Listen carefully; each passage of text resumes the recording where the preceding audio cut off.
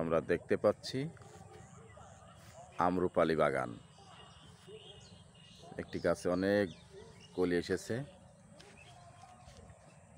এই কলি থেকে আশা করি ইনশাল্লাহ অনেক আম পাওয়া যাবে।